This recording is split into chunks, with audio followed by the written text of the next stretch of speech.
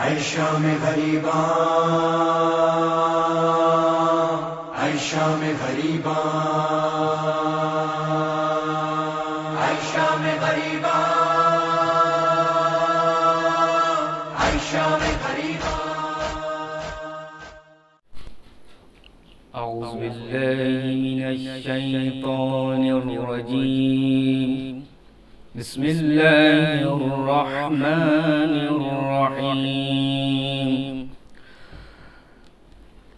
الحمد للہ الذی انزل علی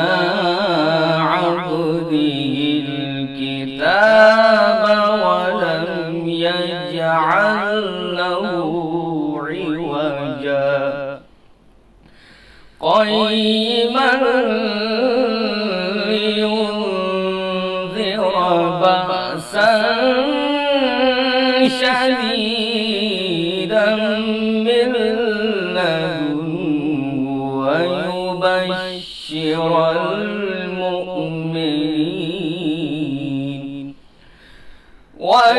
ويبشر المؤمنين الذين يعملون الصالحات أن لهم أجرا حسنا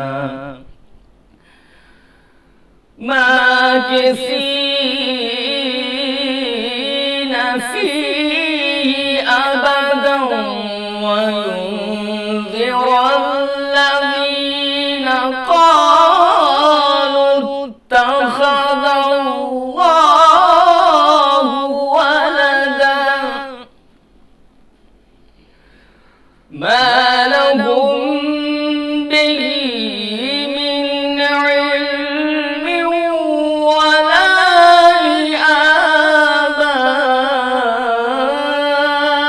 لآبائهم كبرت كلمة تخرج من أفواههم إن يقولون إلا كذبا صدق الله العلي العظيم۔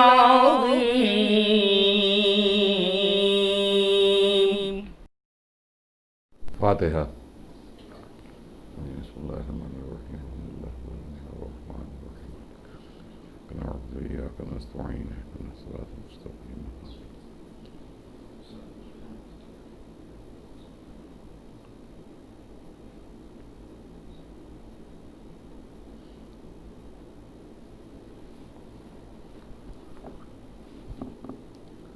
اعوذ باللہ السمیع العلیم من الشیطان اللعین الرجیم، بسم اللہ الرحمن الرحیم۔ الحمد للہ الذی ہدانا لہذا وما كنا لنہتدی لولا ان ہدانا اللہ، لقد جاءت رسل ربنا بالحق والصلاة والسلام علی اشرف الانبیاء وسید المرسلین،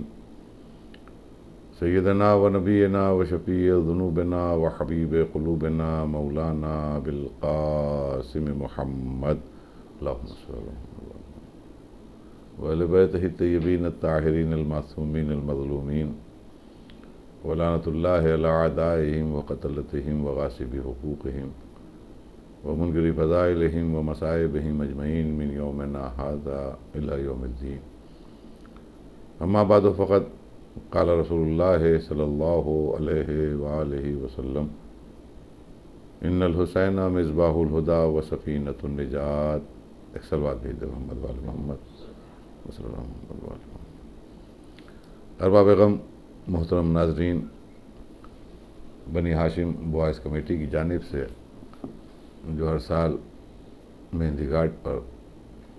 خمس مجالس برپا ہوتی تھیں، اس کی آج دوسری مجلس ہے۔ ظاہر ہے کہ کورونا کووڈ-19 کی وجہ سے وہ مجالس آن لائن ہو رہی ہیں، اور صرف ناظرین میں آپ سے مخاطب ہوں، اس لیے کہ نہ کوئی مجمع ہے، نہ کچھ لوگ ہیں، نہ مومنین کی تعداد اس وقت یہاں میرے سامنے ہے۔ اب دھیرے دھیرے ہم لوگ بھی عادی ہو گئے ہیں کہ کس طرح اپنے ناظرین سے مخاطب ہوں اور کس طرح اپنے پیغام کو ناظرین تک پہنچا سکیں۔ بہرحال یہ دوسری مجلس ہے اور میں نے آپ کے سامنے سرکار ختمی مرتبت سید الاولین سید الآخرین باعث لولا کلمہ خلقت الافلاق فخر موجودات سرور کائنات حضرت احمد مجتبیٰ محمد مصطفیٰ صلی اللہ علیہ وآلہ وسلم کی ایک حدیث شریف کی تلاوت کا شرف حاصل کیا، اور اس مختصر وقت کے لیے میں نے اسی کو عنوان گفتگو قرار دیا، جس میں نبی کریم نے اپنے چھوٹے نواسے عالم کے شہزادے فاطمہ کے دلارے پنجتن کی آخری یادگار قائد تطہیر کی مصداق ہمارے اور آپ کے تیسرے امام سید الشہداء حضرت امام حسین علیہ السلام کے لیے دو بہت اہمیت کی حامل چیزیں مسلمانوں کے حوالے کی اور بیان کی۔ اگر واقعاً مسلمان اللہ والا ہے اور اللہ کے رسول والا ہے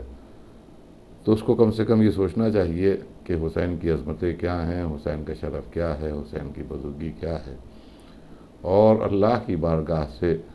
جو حسین کو منصب عطا ہوئے ہیں وہ کتنے عظیم الشان ہیں، تاریخ انسانیت میں جس کی کوئی نظیر نہیں ہے۔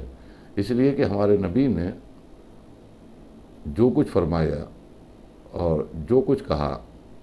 اس میں ان کی نہ اپنی ذات شامل تھی، نہ اپنی شخصیت شامل تھی، نہ خاندان کا ان کے پیش نظر تھا، نہ ذاتی محبتیں تھیں، نہ ذاتی رشتہ داریاں تھیں، نہ باپ بیٹی کا کوئی مسئلہ تھا، نہ نانا و نواسے کا کوئی مسئلہ تھا، بلکہ نبی کریم تاریخ انسانیت میں اس عظیم الترین اور اس عظیم المرتبت نبی کا نام ہے، رسول کا نام ہے، جو بربنائے خلقت کائنات ہے، جو نہ ہوتا تو کچھ نہ ہوتا، جس کی وجہ سے کائنات کے ذرے ذرے کو خلق کیا گیا، اور اس کے بیان کے اوپر، اس کے کلام کے اوپر خود سورہ نجم میں ایک پہرا بٹھا دیا گیا تاکہ لوگ آگاہ ہو سکیں، عظمت محمد کو جان سکیں، کہ جس میں ارشاد ہوا کہ ما ینطق عن الہویٰ ان ہوا الا وحی یوحیٰ، میرا حبیب میرا محمد ہوائے نفسی سے نطق نہیں کرتا، اپنے ذاتی جذبوں کے تحت کلام نہیں کرتا، ان ہوا الا وحی یوحیٰ، وہ جب بھی کلام کرتا ہے، وہ جس وقت بھی بولتا ہے، وہ جس وقت بھی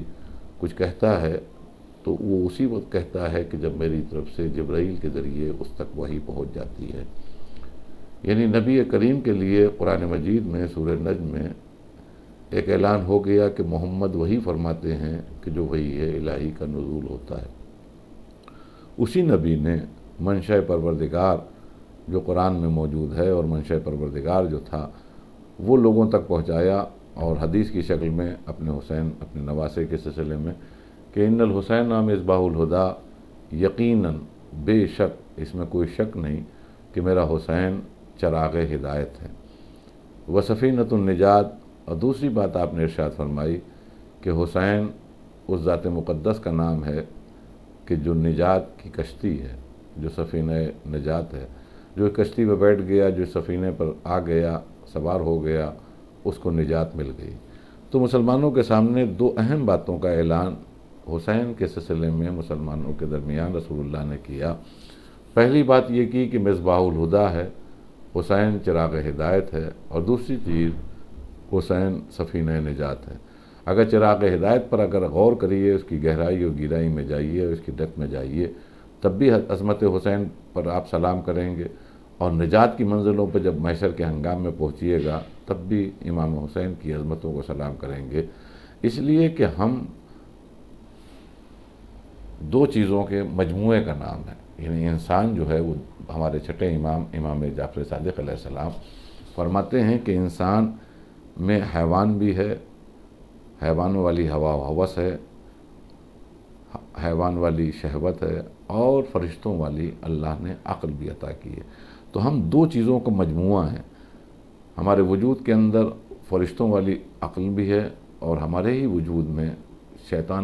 جانوروں والی خصلتیں بھی ہیں، حیوانیت بھی ہے، ہوا و ہوس بھی ہے، اور ذاتی جذبے بھی ہیں۔ تو معصوم کی حدیث سے اس بات کا اندازہ لگتا ہے کہ ہمارے اندر کا جانور ہماری عقل کے اوپر حاوی نہ ہو، اس کے لیے ضرورت اس بات کی ہے کہ ہدایت کے لیے کوئی انتظام کیا جائے۔ یہی وجہ ہے کہ دنیا کی دوسری مخلوقات کے لیے اللہ نے کوئی ہدایت کی سبیل نہیں کی، لیکن جب انسان کو بنایا، جسے اشرف مخلوق قرار دیا، جب اس کو بنایا تو اس کے لیے ہدایت کا انتظام کیا۔ اس کا سبب یہ ہے کہ اس کے اندر فرشتہ بھی ہے، اس کے اندر جانور بھی ہے۔ ایسا نہ ہو کہ فرشتے کی عقل کے اوپر جانور کی ہوا و ہوس حاوی ہو جائے۔ اس کے لیے بیلنس کرنے کے لیے کہ دیکھو تم کس زاویے سے چلو، اور تمہارا زاویہ نگاہ کیا ہو، تمہاری منزل کیا ہو، منزل مقصود کیا ہو، اور تم کس نہج کے اوپر اپنی زندگی کو گزارو، تاکہ تم حیوانیت سے محفوظ رہتے ہوئے عقل کی منزلوں پر بھروسہ کرتے ہوئے اتنے اعلیٰ اور اتنے عرفہ ہو جاؤ اور اتنی بلندیوں پر پہنچ جاؤ، مجھ سے اتنا قریب ہو جاؤ کہ جو فرشتوں کا سردار ہے جس کا نام جبرائیل ہے، وہ بھی ایک منزل پہ آنے کے بعد ٹھٹک کے رک جائے اور گھبرا کے کہے کہ اے بندے خدا، آگے تمہاری منزل ہے، اب اگر میں ایک قدم بھی آگے بڑھاؤں گا تو میرے پر جل جائیں۔ یعنی اشرف مخلوق کو بلانے کے لیے اللہ نے یہ ایک نظیر بھی پیش کی، ایک دلیل بھی پیش کی، اور اس کے ساتھ ساتھ اس بندے کی عقل کو جلا کیسے پیدا ہو اور اس کی حیوانیت سے یہ محفوظ کیسے رہے، اس کے لیے یہ 1,24,000 پیغمبروں کو بھیجا گیا، نبیوں کو بھیجا گیا، رسولوں کو بھیجا گیا، جن کا ایک کام تھا، ایک مشن تھا کہ ان کو صحیح راستے پر گامزن کیا جا سکے، انہیں صراط مستقیم پر چلایا جا سکے۔ کیا نہج ہے جس کی بنیاد پر یہ بندہ اشرف مخلوق اپنے آپ کو کہلوا سکے، تو اسی کو بتانے کے لیے جناب آدم ہوں یا جناب شیست ہوں یا جناب انوش ہوں یا جناب مہلائل ہوں یا جناب لمق ہوں یا جناب اخنون ہوں جنہیں ادریس نبی کہا جاتا ہے، چاہے وہ نوح ہوں، چاہے وہ ابراہیم ہوں، چاہے وہ اسحاق ہوں، چاہے اسماعیل ہوں، یا اور آگے بڑھیے یعقوب ہوں یا یوسف ہوں، یا اور نبی جو تاریخ میں گزرے ہیں جن کے اسماء گرامی ہماری کتابوں میں، ہمارے کتب میں موجود ہیں، اگر ان کی زندگیوں کو دیکھیے تو ایک ہی مشن ہے، اللہ کی عبادت، اللہ کی اطاعت، اور اپنی بندگی کو پہچانو کہ تم اشرف مخلوق ہو۔ تو اب اس کے لیے ہادیوں کی ضرورت تھی، اور 1,24,000 ہادی آئے، اور آنے کے بعد آخر میں اس کو بھیج دیا جو واقعاً سید الاولین بھی، سید الآخرین بھی، باعث لولا کلمہ خلقت الافلاق بھی، فخر موجودات بھی، سرور کائنات بھی، حضرت احمد مجتبیٰ بھی، محمد مصطفیٰ صلی اللہ علیہ وآلہ وسلم بھی، اس کو بھیج دیا، اور اس کے ذریعے پراپر گائیڈنس کر دیا گیا، ہدایت کا انتظام کر دیا۔ اب تمام ہدایت کی چیزیں تو موجود ہیں، لیکن بعد وصال رسول جس طرح حالات نے کروٹ بدلی، اور جس طرح شیطان اپنے کارندوں کے ساتھ عمل پیرا ہوا، اس کی کوشش تھی کہ انسانوں کو راہ سے بھٹکایا جا سکے، تو ہدایت تو موجود تھی، لیکن ایک دم ہدایت کے نام پر گھپ اندھیرا تھا۔ مثلا ایک کمرہ ہے جس کمرے میں میں بیٹھا ہوا آپ کے سامنے آپ سے مخاطب ہوں، یہ رات کا وقت ہے، لیکن اس کے باوجود مجھے سب کچھ نظر آ رہا ہے کہ کون سی چیز کہاں رکھی ہے، کہاں پہ کون سی کتاب ہے، کہاں پہ کیا چیز رکھی ہے، کہاں پہ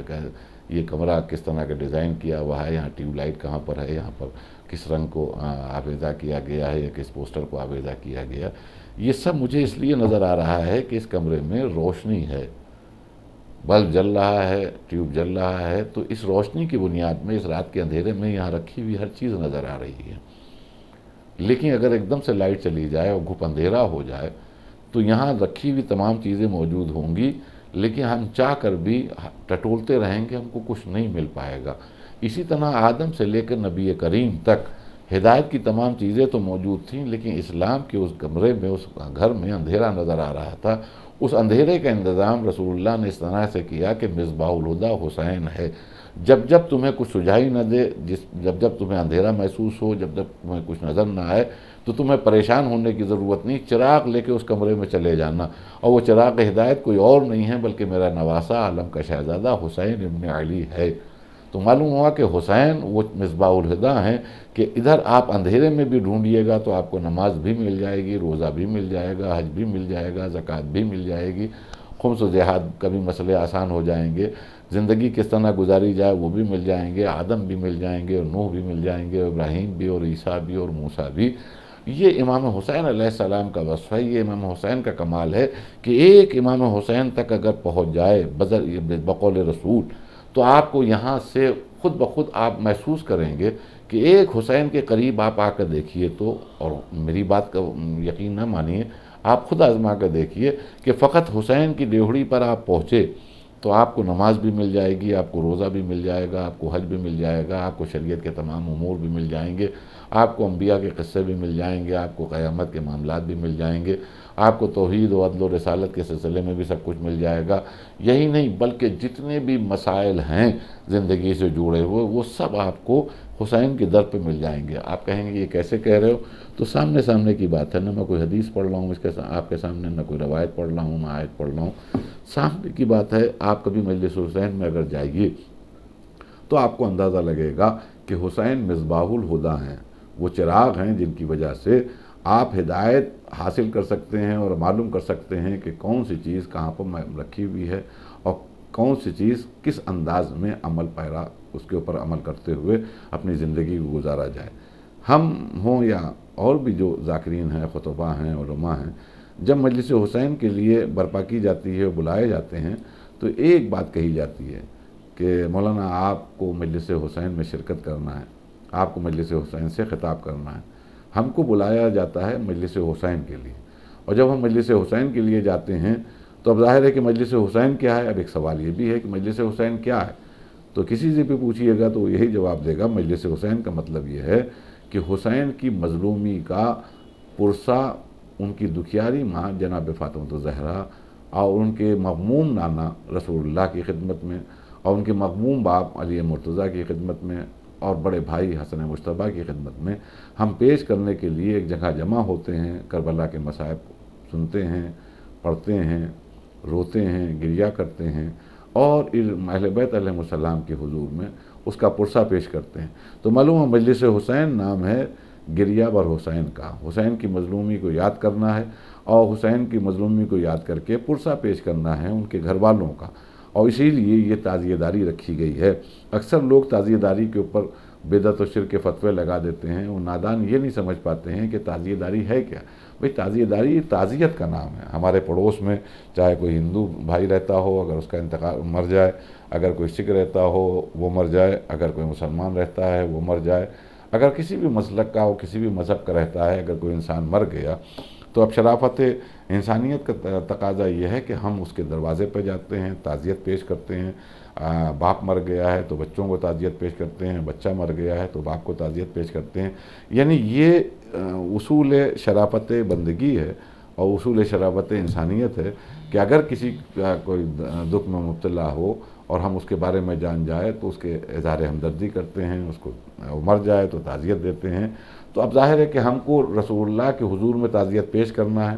ہمیں علی مرتضیٰ کے حضور میں تعزیت پیش کرنا ہے، ہمیں بی بی زہرا سلام اللہ علیہ کے حضور میں تعزیت پیش کرنا ہے، ہمیں حسن مجتبیٰ کے حضور میں تعزیت پیش کرنا ہے۔ اب تعزیت تو پیش کرنا ہے شہادت امام حسین علیہ السلام پر، لیکن اب ہماری اتنی سکت نہیں ہے کہ ہم ہر سال محرم میں کربلا مدینہ منورہ چلے جائیں اور نبی کے روضے پر پہنچنے کے بعد پرسہ دیں۔ ہمارے پاس اتنی سکت نہیں ہے کہ ہم ہر سال نجف اشرف چلے جائیں اور مولا متقیان کے حضور میں ان کے بیٹے کا پرسہ پیش کریں۔ ہم اتنے سکت نہیں رکھتے ہیں کہ ہم بقیع میں جائیں ہر سال اور جانے کے بعد بی بی زہرا سلام اللہ علیہ کے حضور میں ان کے بیٹے کا پرسہ پیش کریں۔ ہم مجبور لوگ ہیں، ہم مسلسل روٹین کے ساتھ تعزیت پیش کرنے کے لیے نہ مدینہ جا سکتے ہیں، نہ روضہ رسول پہ جا سکتے ہیں، نہ بقیع جا سکتے ہیں، نہ ہم نجف اشرف جا سکتے ہیں۔ تو اس کے لیے ایک بہترین انتظام کیا گیا کہ اپنے گھر میں ایک جگہ پاک کی گئی اور پاک کرنے کے بعد علم استادہ کیے گئے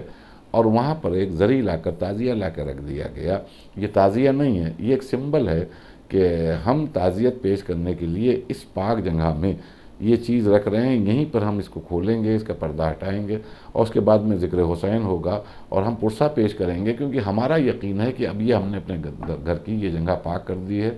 اب ہم تو مدینہ نہیں جا سکتے، ہم تو نجف نہیں جا سکتے، ہم تو بقیع نہیں جا سکتے، لیکن اس لیے کہ ہم مجبور ہیں، لیکن محمد اور ان کی آل مجبور نہیں ہیں۔ جس وقت جہاں چاہیں رسول عربی پہنچ جائیں، اما جو لمحوں میں یہاں سے وہاں تک کا سفر کرتا ہو، جس وقت چاہیں مولا متقیان آ جائیں، ناد علی کی آواز کے اوپر مدینے سے نکل کر خیبر کے میدان میں پہنچ گئے، تو ہم تو وہاں نہیں جا سکتے ہیں۔ اپنے گھر میں ایک پاک جگہ پر ان لوگوں کو دعوت دیتے ہیں کہ آل محمد علیہ السلام، یہ سرکار ختم مرتبت آپ تشریف لائیے، ہم آپ کے نواسے کا ذکر کر کر آپ کے حضور میں پرسہ پیش کریں گے۔ تو کہنے کا مقصد یہ ہے کہ ذکر حسین پرسہ دینا ہے، اور اس پرسے کے لیے ہم کربلا کی مظلوموں کو یاد کرتے ہیں، لیکن ہم نے بچپن سے یہ دیکھا کہ صرف مصائب نہیں پڑھے جاتے، اس سے پہلے فضائل پڑھے جاتے ہیں۔ اب فضائل کیوں پڑھے جاتے ہیں؟ یہ ہمارے چوتھے امام علی بن الحسین زین العابدین علیہ السلام کی سیرت ہے کہ آپ نے یزید کے دربار میں حسین کی مظلومی سے پہلے، اپنے بابا کی مظلومی سے پہلے، اپنے گھر والوں کے بے رضا ہونے سے پہلے، جو مصیبت بیان کرنے سے پہلے، آپ نے پہلے اپنا تعارف کرایا اور آقا حسین کا تعارف کرایا کہ وہ کس بلند پائے خاندان کا فرد تھے اور کس طرح اللہ کے رسول کے چہیتے تھے۔ جب پوری فضیلتیں بیان کر لی تو آپ نے کہا میں اس کا بیٹا ہوں، میں اس کا بیٹا ہوں، میں اس کا بیٹا ہوں۔ تو فضائل اس لیے رکھے گئے ہیں کہ ہم پہلے مرنے والے کے بارے میں، جو شہید ہوا ہے، دنیا کے بارے میں، دنیا کے سامنے اس کا انٹروڈکشن کرا لیں، اس کا تعارف کرا لیں کہ کون تھا وہ۔ دیکھیے یاد رکھیے ایک بات، میں اکثر ایک بات کہتا ہوں کہ جب تک کہ آپ کو مرنے والے کے بارے میں قلبی لگاؤ نہ ہو یا آپ سے کوئی خون کا رشتہ نہ ہو، جب تک کہ موت کے اوپر آپ کے اوپر کوئی اثر نہیں پڑے گا۔ کربلا میں تو 72 مارے گئے، کربلا میں تو صرف 3 روز کی بھوک و پیاس ہوئی، لیکن اگر تاریخ انسانیت میں دیکھیے اور بہت سی جنگوں میں دیکھیے تو نہ جانے لوگ کتنے پیاسے رہے، کتنے بھوکے رہے، اور وہاں تو 72 مارے گئے، 7200 لوگ مارے گئے، 72,000 لوگ مارے گئے، 72 لاکھ لوگ مارے گئے۔ لیکن روٹین وے میں جب ہم ہسٹری پڑھتے ہیں تو بس پڑھتے چلے جاتے ہیں، نہ اس کا ہمارے پر دل میں اثر ہوتا ہے۔ اور سامنے کی بات، اب تو الیکٹرانک میڈیا اتنا آگے بڑھ گیا ہے، جب ہم صبح اٹھتے ہیں اور ناشتہ کر رہے ہوتے ہیں اور ٹیلی ویژن کھولتے ہیں اور نیوز کاسٹر نیوز پڑھ رہا ہوتا ہے یا پڑھ رہی ہوتی ہے، تو اکثر آپ حادثوں کی خبریں بھی آتی ہیں کہ بامبے سے ایک ٹرین لکھنؤ آ رہی تھی اور وہ ڈریل ہو گئی ہے، وہ پٹری سے اتر گئی ہے، اتنے ہتاہت ہوئے ہیں، اتنے زخمی ہوئے ہیں اور اتنے مر گئے ہیں، اور یہ ہیلپ لائن نمبر ہے۔ تو اس وقت آپ کبھی بھی غور کریے گا کہ یہ جب سامنے تصویر چل رہی ہوتی ہے ٹیلی ویژن پر، صرف بیان نہیں ہو رہا ہوتا ہے بلکہ وہ مناظر بھی دکھائے جا رہے ہوتے ہیں، وہ ٹرین کا پلٹنا اور ڈیریل ہونا، پٹری سے اتر جانا، اور وہ لوگوں کے زخمی حالات اور وہاں مجمع لگا رہنا، وہ سب آنکھوں کے سامنے ہوتا ہے، لیکن ہم چائے پیتے رہتے ہیں، چائے کی چسکیاں لیتے رہتے ہیں، بسکٹ کھاتے رہتے ہیں، کوئی صحت پر اثر نہیں ہوتا ہے، بلکہ باتیں کرتے رہتے ہیں۔ اس کے برعکس بمبئی سے ایک ٹرین آ رہی ہے، اس میں آپ کا کوئی عزیز بھائی، اپنا رشتہ دار، یا جس کو آپ بہت زیادہ فالو کرتے ہیں، وہ سفر کر رہا ہے اور آپ کو اطلاع ہے کہ وہ اس ٹرین پہ بیٹھا ہوا ہے، اور جیسے ہی آپ نے ٹیلی ویژن کھولا اور جیسے ہی یہ اطلاع ملی تو اب آپ چائے کی ایک چسکی بھی نہیں لے سکتے ہیں، ایک گھونٹ بھی نہیں پی سکتے ہیں، اس لیے کہ اب آپ کا تعلق ہو گیا، آپ بے چین ہو جائیں گے، ہیلپ لائن نمبر پر فون کرتے ہوئے نظر آئیں گے۔ کیوں؟ آنے والا جو ٹرین میں جو حادثہ ہو گیا جس ٹرین کو، اس میں کوئی اور نہیں تھا بلکہ ہمارا رشتہ دار آ رہا تھا، یہ جو ہمارا آئیڈیل تھا وہ آ رہا تھا، یہ جس کو ہم بہت زیادہ فالو کرتے تھے۔ تو یہ اصول نفسیاتی ہے کہ پہلے فضائل بیان کرو کہ حسین ہیں کون۔ جب حسین کے بارے میں معلوم ہو جائے گا، اس کے بعد میں ان کی شہادت بیان کرو گے تو لوگوں کو درد بھی پیدا ہوگا، اس کا اثر بھی ہوگا۔ ارے اتنے بڑے نانا کا نواسا، اتنے بڑے باپ کا بیٹا، اتنی بڑی باعظمت ماں کا بیٹا، اس کو اس طرح 3 روز کا بھوکا پیاسا مارا گیا، تب لوگ ملتفت ہوں گے اس غم کی طرف۔ تو اب ظاہر ہے کہ مجلس حسین میں فضائل رکھے گئے، وہ اس لیے کہ لوگ حسین کی عظمتوں سے پہلے متعارف ہو جائیں، اس کے بعد میں ان کی مصیبتوں کو بیان کیا جائے۔ لیکن جو میں کہنا چاہ رہا ہوں اس کو غور سے سنیے گا تاکہ مصباح الہدیٰ کا مفہوم سمجھ میں آ سکے، کہ جب ہم لوگ مجلسیں پڑھنے جاتے ہیں تو اکثر مجلس حسین کے نام پہ ہم کو بلایا گیا، اور جیسے ہی ہم پہنچے ممبر پر جانے والے ہیں، اتنے میں صاحب خانہ نے، یہ جو مجلس کا منتظم ہے، اس نے کہا مولانا اگر آپ آج اس موضوع پہ پڑھ دیجئے تو بڑی طبیعت خوش ہو جائے گی۔ کس موضوع پہ پڑھ دوں؟ اطاعت والدین کے اوپر پڑھ دیجئے۔ آج کل کی نوجوان نسل جو ہے بڑی گمراہ ہے اور والدین کی اطاعت سے چشم پوشی کرتی ہے، ذرا اس کے اوپر کچھ احادیث اور کچھ روایات اور کچھ آیات پڑھ دیجئے۔ کبھی ممبر پر ہم لوگ جاتے ہیں تو آواز آتی ہے کہ سنیے مولانا ایک گزارش ہے کہ مجلس حسین تو آپ پڑھ رہے ہیں، صلہ رحمی پہ پڑھ دیجئے۔ لو صلہ رحمی پہ مولانا نے موضوع بیان کرنا شروع کر دیا۔ کبھی کسی نے کہا کہ مولانا جناب نوح کے زمانے میں جو طوفان آیا تھا ذرا آج اس کا ذکر کر دیجئے۔ کبھی انہوں نے کہا مولانا نماز کی اہمیت کے اوپر ذرا روشنی ڈال دیے گا۔ کبھی کہا گیا روزے کی جو احکامات ہیں اس کے اوپر ذرا گفتگو فرما دیجیے گا، کبھی حج کے کیا ارکان ہیں اس کے اوپر کچھ بیان کر دیجیے، کبھی خمس کے مسئلے کے اوپر، کبھی اطاعت والدین، کبھی صلہ رحمی، کبھی نماز، کبھی آپ ممبر پر جا رہے ہیں تو مومنین کی خواہش ہوئی مولانا بہت دنوں سے معراج نہیں سنی ہے، ذرا معراج پڑھ دیے، رسول اللہ کی معراج۔ کبھی آپ مولا علی کی جنگ خیبر سن رہے ہیں، کبھی خندق سن رہے ہیں، کبھی احد اور بدر سن رہے ہیں، کبھی آپ شب ہجرت کے واقعات سن رہے ہیں، کبھی آدم کو سن رہے ہیں، کبھی نوح کو سن رہے ہیں، کبھی کوئی ذاکر ممبر پر جا کے ہسٹری پڑھتا ہوا نظر آ رہا ہے تاریخ اسلام، کبھی کوئی احادیث کے اوپر گفتگو کر رہا ہے، کبھی آیت قرآنی کے اوپر گفتگو کر رہا ہے، کبھی جبرائیل کی آمد کے اوپر تذکرہ ہو رہا ہے، کبھی موت کے اوپر گفتگو ہو رہی ہے، کبھی قیامت کے اوپر گفتگو ہو رہی ہے، کبھی توحید کے اوپر گفتگو ہو رہی ہے، کبھی عدل الہی کے اوپر گفتگو ہو رہی ہے، کبھی رحمت پروردگاری کے اوپر گفتگو ہو رہی ہے، کبھی خلقت کائنات کے اوپر گفتگو ہو رہی ہے۔ آپ غور کریے گا جو میں کہہ رہا ہوں کہ تمام مجلس حسین میں آپ تمام طرح کے مضامین کو سنتے رہتے ہیں، کبھی خلقت کی، کبھی نماز، کبھی روزہ، کبھی جبرائیل، کبھی میکائیل، کبھی ہجرت، کبھی معراج، کبھی کوئی جنگ، کبھی تولا، کبھی تبرہ، یعنی ہر طرح کی مجلسوں کو کیٹیگری بھی آپ دیکھتے ہیں کہ ان کا صاحب بڑی اصلاحی مجلس تھی، بڑی تبلیغی مجلس تھی، صاحب بڑا مناظرہ پڑھ گئے اور بہت عمدہ فضائل پڑھ گئے، کیا عمدہ تبرہ پڑھ گئے، اور کیا علمی مجلس تھی، آج قرآن کی آیتوں کے اوپر کس طرح گفتگو فرمائی، اور آج کیا کہنا حدیث کے اوپر کس انداز سے انہوں نے گفتگو فرمائی۔ یعنی آپ غور کریے جو میں عرض کر رہا ہوں، بلائے گئے تھے ہم ذکر حسین کے لیے، کہا گیا تھا کہ آپ کو ذکر حسین کرنا ہے، لیکن جب ہم ذکر حسین کے لیے ممبر پر گئے تو کبھی نماز کو پڑھا، کبھی روزے کو پڑھا، کبھی حج کو پڑھا، کبھی زکوٰۃ کو پڑھا، کبھی معراج کو پڑھا، کبھی شجاعت مولائے متقیان پہ گفتگو ہوئی، کبھی علمی مجلس ہوئی، کبھی حدیث کے اوپر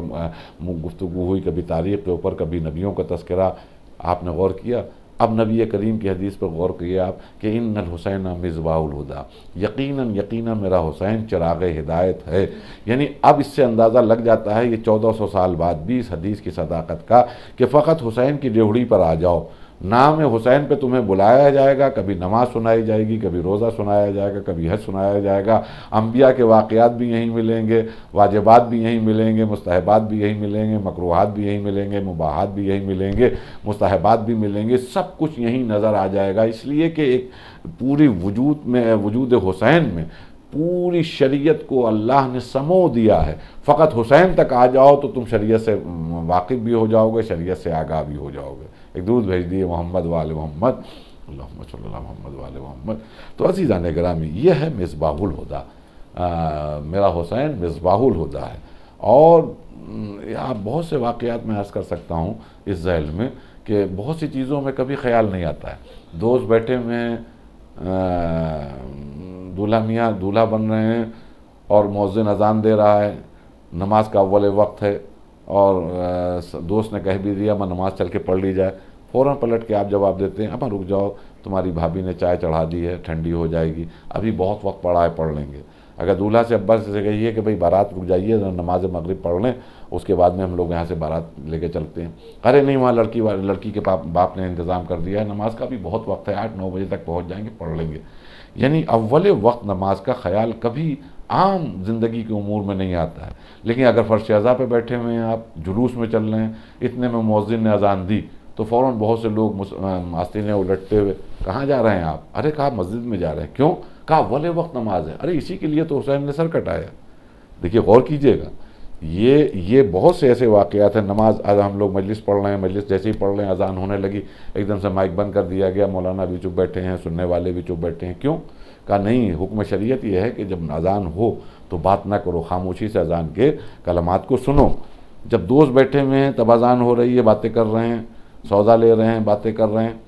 کبھی خیال نہیں آیا کہ اہمیت اذان کیا ہے، عظمت نماز کیا ہے۔ لیکن فرش اذاں پہ آئے یا جلوس پہ آئے تو فوراً خیال آیا کہ نماز اذان ہو رہی ہو تو خاموش رہو، اور اول وقت نماز ہے، اسی کے لیے حسین نے تو اپنی گردن کٹائی، اسی لیے قربانی دی۔ تو آج بھی اس سے اندازہ لگتا ہے کہ کوئی بھی چیز نماز کی اہمیت کو یاد دلا سکتی ہے، کوئی بھی چیز اذان کی عظمت کو یاد دلا سکتی ہے، تو وہ ہے ذکر حسین۔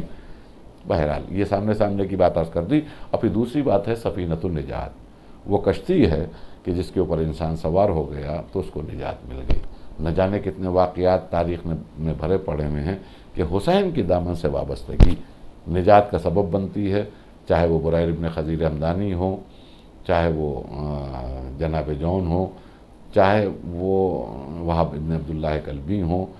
یا چاہے جناب حر علیہ السلام ہوں، جو شخص کربلا کے میدان میں لے کے آیا ہو امام حسین علیہ السلام کو،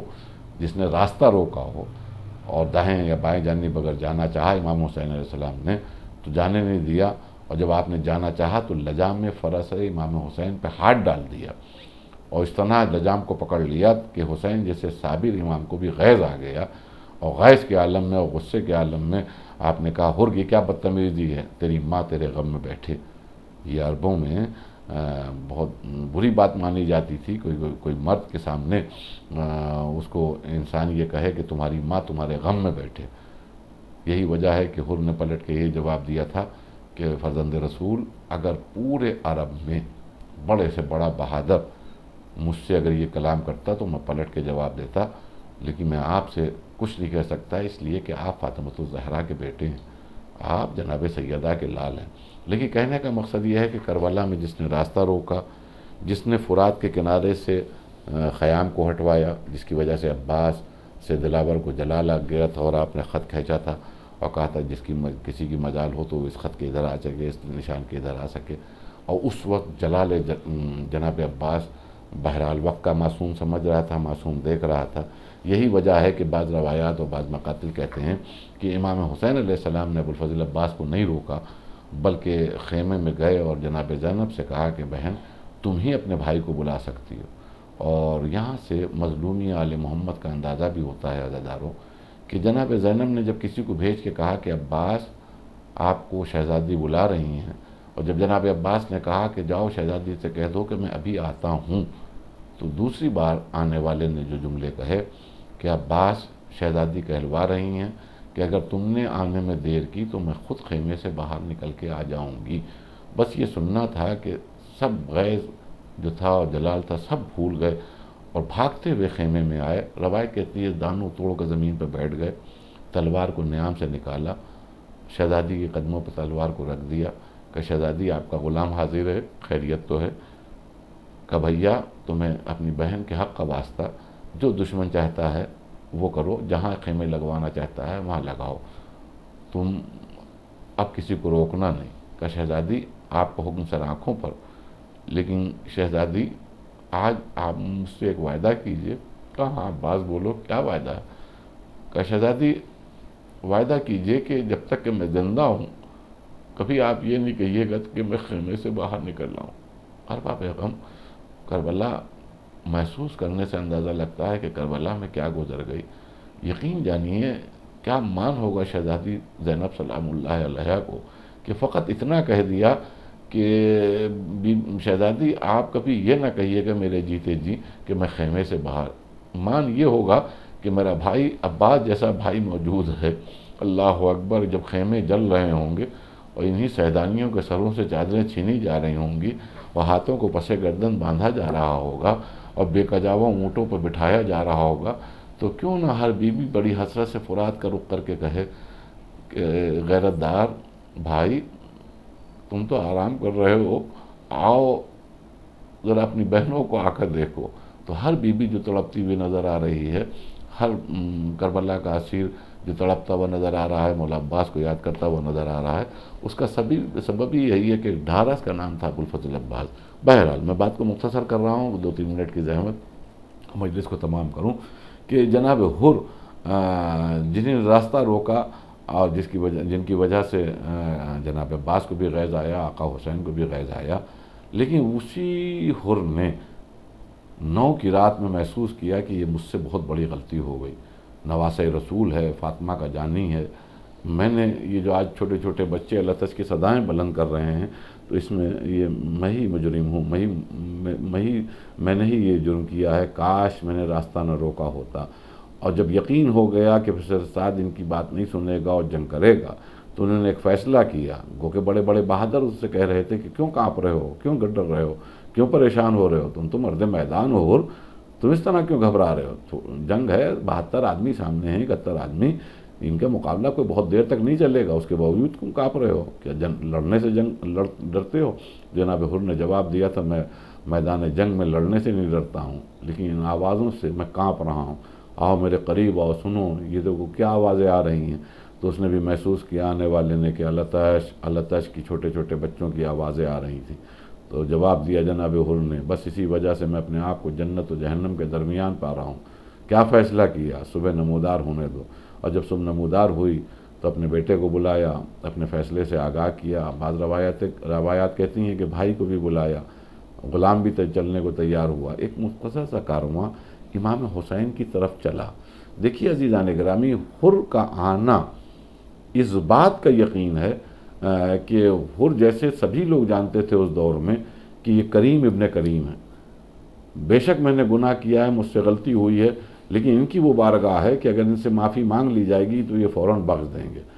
کہا چلو میرے ساتھ۔ بچے چلے، آنکھوں پہ پٹی باندھ لی، پھر کہنے لگا میرے ہاتھوں کو بھی باندھ دو، اس لیے کہ یہ گناہ گار ہاتھ ہیں، یہ گناہ گار آنکھیں ہیں، یہ اسیر رہنا چاہیے۔ اور جب تاریخ کہتی ہے کہ حر چلے تو اب کچھ سجائی تو دے نہیں رہا تھا، تو اپنے لال سے، اپنے بیٹے سے کہنے لگے میرے لال